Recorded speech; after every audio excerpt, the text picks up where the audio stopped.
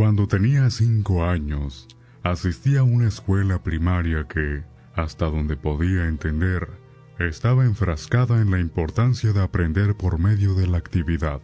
Era parte de un programa nuevo diseñado para posibilitar que los niños se desarrollaran a su propio ritmo. Para facilitar esto, la escuela alentaba a los profesores a que hicieran sus propios planes de estudio.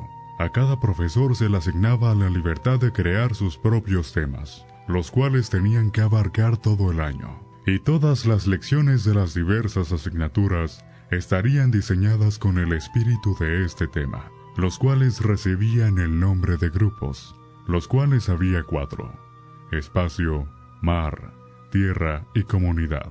Comunidad era en el que yo estaba. En los grados preescolares de este país no aprendes mucho, además de cómo atar tus zapatos o cómo compartir. Así que la mayoría no es memorable. Solo recuerdo 2 cosas con claridad: que yo era el mejor para escribir mi nombre de manera correcta, y el Proyecto Globo, que había sido la marca distintiva de mi grupo. Era una manera lista para mostrar la forma en la que la comunidad funcionaba. Quizás has escuchado de esta actividad. Un viernes al comienzo del año, vimos que había un globo inflado con helio atado a cada pupitre. También había un marcador, una pluma, un pedazo de papel y un sobre. El proyecto consistía en escribir una nota, ponerla en el sobre y atarla al globo. La mayoría de los niños comenzaron a batallar por los globos porque querían diferentes colores, pero yo comencé con mi nota, pues había pensado mucho sobre ella. Todas las notas tenían que adherirse a una estructura vaga, pero se nos permitía ser creativos dentro de ciertos límites. Mi nota decía algo como: hola, encontraste mi globo. Mi nombre es tal, asisto a la escuela primaria tal, y puedes quedarte con el globo, pero espero que puedas escribirme de vuelta. Además de algunos gustos míos, como por ejemplo que me gusta explorar, construir fuentes, nadar y estar con mis amigos. ¿Qué te gusta a ti? Escríbeme pronto. También le escribí que aquí tenía $1 para el correo, y en el dólar había escrito: para las estampillas, a lo largo de la parte frontal. Mi mamá pensó que era innecesario, pero yo pensé que era brillante. La maestra tomó una fotografía instantánea de cada uno de nosotros con nuestros globos, y las pusimos dentro de nuestro sobre junto con la nota.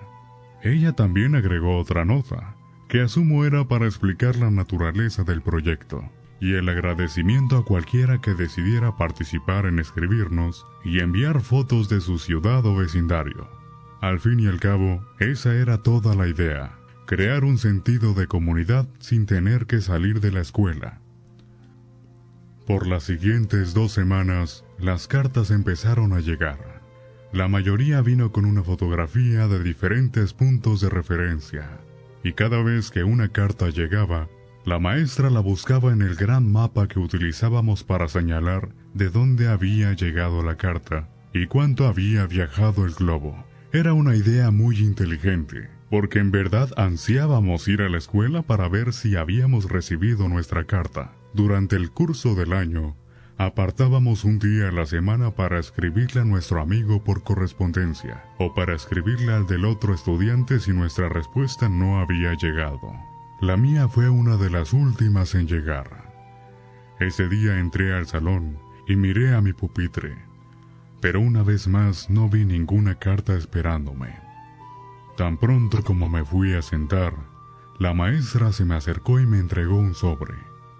Debí haberme visto muy emocionado, porque cuando estaba a punto de abrirlo, ella puso su mano en la mía para detenerme, y me dijo: por favor, no te pongas triste. No entendía a qué se refería.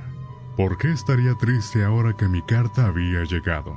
Me encontraba desconcertado de que ella me hubiera dicho eso, pero ahora sé que los maestros, obviamente, veían el contenido para asegurar de que no hubiera nada inapropiado. Cuando abrí el sobre, supe a qué se refería. No había ninguna carta. Lo único que tenía el sobre era una foto instantánea, pero no supe distinguir lo que era. Se veía como una porción de un poste, pero estaba muy borrosa como para estar seguro. Parecía que la cámara se había movido mientras la fotografía se tomaba. No tenía dirección del remitente, así que no podía escribirle incluso si hubiera querido. Me sentía muy desanimado.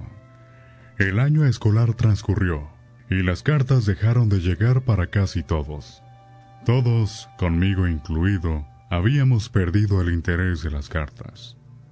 Pero entonces recibí otro sobre. Mi emoción se rejuveneció, y me deleité en el hecho de que me seguían enviando cartas cuando la mayoría de mis amigos ya no. Tuvo sentido que recibiera otra entrega. En la primera no hubo más que una imagen borrosa, así que pensé que probablemente era para compensarlo. Pero de nuevo, no hubo ninguna carta, solo otra imagen. Esta era un poco más distinguible, pero aún no la entendía. El ángulo de la fotografía apuntaba hasta lo más alto, atrapando la esquina superior de un edificio, y el resto de la imagen estaba distorsionada por el resplandor de la lente debido al sol. Dado que los globos no viajaron muy lejos, y dado que todos fueron lanzados el mismo día, el mapa se había abarrotado un poco. La política para los estudiantes que aún estaban intercambiando cartas era que podían llevarse las fotografías a casa. Mi mejor amigo Josh tenía el segundo número más alto de fotografías llevadas a casa. Su amigo por correspondencia era muy agradable y le envió fotografías de todas partes de la ciudad vecina. Creo que Josh se llevó 4 fotografías a casa y yo me llevé casi 50. Después de un tiempo dejamos de ver mis fotografías. Simplemente guardaba los sobres en uno de los cajones de mi habitación, donde albergaba mi colección de rocas, mis cartas de béisbol y algunas que otras historietas. Para Navidad de ese año, mi mamá me había dado una máquina de helados pequeña, y Josh en verdad la había codiciado, tanto que sus padres le compraron una ligeramente mejor para su cumpleaños el día antes de Año Nuevo.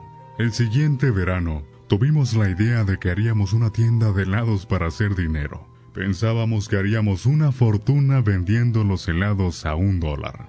Josh vivía en un vecindario diferente, así que eventualmente decidimos que el mío sería mejor porque había muchísimas más personas. Hicimos esto por 5 fines de semana consecutivos, hasta que mi mamá me dijo que teníamos que parar. En la 5ª semana, Josh y yo estábamos contando nuestro dinero. Hicimos un total de $16 ese día, y los dividimos equitativamente. Cuando Josh me pasó mi $5, un sentimiento de sorpresa profunda me consumió. El dólar decía, para las estampillas. Josh notó mi impresión y me preguntó que si había contado mal. Le relaté la historia del dólar y él hizo un comentario sobre lo genial que era. A medida que pensaba sobre ello, estuve de acuerdo. Me inundó la idea de que el dólar había vuelto a mí después de haber pasado entre tantas manos. Le dije a Josh que tenía que mostrarle algo. De vuelta en mi habitación, abrí el cajón y saqué los sobres. Comencé con la primera fotografía e inspeccionamos unas 10 hasta que Josh perdió el interés. Me preguntó que si quería ir a jugar a la calle antes de que su mamá lo viniera a recoger. Así que fue lo que hicimos. Tuvimos una guerra de lodo por un tiempo, pero fue interrumpido muchas veces por el crujido de los arbustos a nuestro alrededor. Había mapaches y gatos callejeros que vivían ahí, pero esto estaba haciendo un poco más de ruido. Intercambiamos teorías y miradas de lo que podría ser, en un intento por asustarnos mutuamente. Mi última teoría fue que era una momia, pero al final Josh siguió insistiendo con que era un robot por los sonidos que escuchábamos. Antes de irnos, se puso un poco serio y fijó su mirada en los míos. Tú también escuchaste, ¿no? Sonó como un robot. ¿Lo escuchaste, verdad? Lo había escuchado y puesto que sonó mecánico, concordé que probablemente era un robot. Y es hasta ahora que entiendo qué fue lo que escuchamos. Cuando regresamos, la mamá de Josh nos estaba esperando junto a la mía. Josh le dijo a su mamá acerca del robot. Nuestras mamás se rieron, siguieron platicando hasta que se fueron a su casa. Mi mamá y yo cenamos y luego nos fuimos a dormir. No me quedé mucho tiempo en la cama antes de salir por debajo de las sábanas y decidir que, a raíz de los eventos del día, iba a revisar los sobres. Todo el asunto me parecía mucho más llamativo ahora. Tomé el primer sobre, lo coloqué en el suelo y puse la fotografía de postre encima, y empecé a colocarlas todas formando una cuadrícula. Noté que las fotografías gradualmente se hicieron más distinguibles. Había un árbol con un ave en él, una señal de límite de velocidad, cables eléctricos, un grupo de personas caminando en un edificio, y luego vi algo que me irritó tan poderosamente que mientras les cuento esto, puedo recordarme con precisión el sentirme mareado. En ese momento me pregunté en la mente, ¿por qué estoy en esa fotografía? En esa imagen de un grupo de personas entrando a un edificio, me vi a mí mismo sosteniendo la mano de mi madre. Al final de la multitud de personas, nos encontrábamos hasta el borde de la fotografía, pero innegablemente éramos nosotros. Y a medida que mis ojos se sumergieron en el mar de fotos, me sentí todavía más ansioso. Era un sentimiento bastante raro. No era exactamente miedo. Era el presentimiento de que estaba en problemas. No estoy seguro de por qué fui embestido por esa sensación, pero estaba asustado, luchando con la noción indiscutible de que había hecho algo malo, y solo se intensificaba cuando veía las demás fotografías. Me encontraba en todas las imágenes. Ninguna de ellas era un primer plano, ninguna de ellas era solo de mí, pero yo estaba en cada una de las capturas, a un costado, en el fondo, o en la parte baja del marco. Algunas solo tenían la parte más diminuta de mi rostro capturado en el borde de la fotografía, pero en cualquier caso, estaba ahí. Siempre estaba ahí. No sabía qué hacer. Tu mente funciona de maneras muy divertidas cuando eres un niño. Una gran parte de mí tenía miedo de estar en problemas simplemente por estar despierto. Dado que ya tenía el sentimiento inminente de haber hecho algo malo, decidí que esperaría hasta el día siguiente para contarle a mi madre. Mi mamá tuvo el día libre y pasó la mayor parte de la mañana limpiando la casa. Vi caricaturas y esperé hasta que pensé que era un buen momento para mostrarle las fotos. Cuando ella salió para traer el correo, agarré un par de fotografías y se las puse en la mesa frente a mí, mientras esperaba que ella volviera a entrar. Cuando regresó ya estaba abriendo el correo, y apartó algo del correo a la basura, y alcé mi voz. «Mamá, ¿puedes venir un momento? Tengo estas fotografías». «Un momento, cariño. Necesito marcar esto en el calendario». Después de 1 minuto o 2, ella se acercó detrás de mí y me preguntó que qué era lo que necesitaba. Podía oírla barajeando el correo a mis espaldas, pero yo solo observaba las fotografías y le conté sobre ellas. Conforme se lo explicaba, señalaba las fotografías y ella solo decía ajá frecuentemente, hasta que se quedó completamente en silencio. El próximo sonido que escuché de ella se escuchó como si estuviera tratando de recuperar su aliento. Al menos sus jadeos trabajosos fueron dominados y simplemente botó el correo restante de la mesa, dirigiéndose al teléfono de la cocina. «Mamá, lo siento, no sabía nada. No te molestes conmigo», le dije.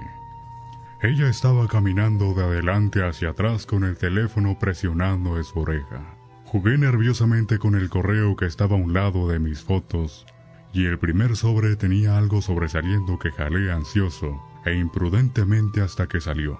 Era otra fotografía. Confundido, pensé que era una de mis fotos que se había colado de alguna forma cuando ella tiró el correo. Pero al darle la vuelta y estudiarla, me di cuenta de que no había visto esa antes. Para mi asombro, era otra fotografía de mí, pero esta era una captura mucho más cercana. Estaba rodeado de árboles y sonreía, pero no era solo yo. Josh estaba ahí también. Esto era de ayer. Empecé a gritarle a mi mamá, quien seguía discutiendo en el teléfono repetidamente. Llamé su atención hasta que al fin me respondió con un qué, y solo le pude preguntar: ¿a quién estás llamando? Estoy hablando con la policía, cariño, me contestó. ¿Pero por qué? Lo siento, no fue mi intención. Ella me contestó con una respuesta que nunca comprendí, hasta que fui forzado a revisar estos eventos de los años más tempranos de mi vida. Agarró el sobre de la mesa y lo sostuvo a lo alto para mis ojos, pero solo pude verla a ella y observar cómo todo el color se empezaba a drenar de su rostro.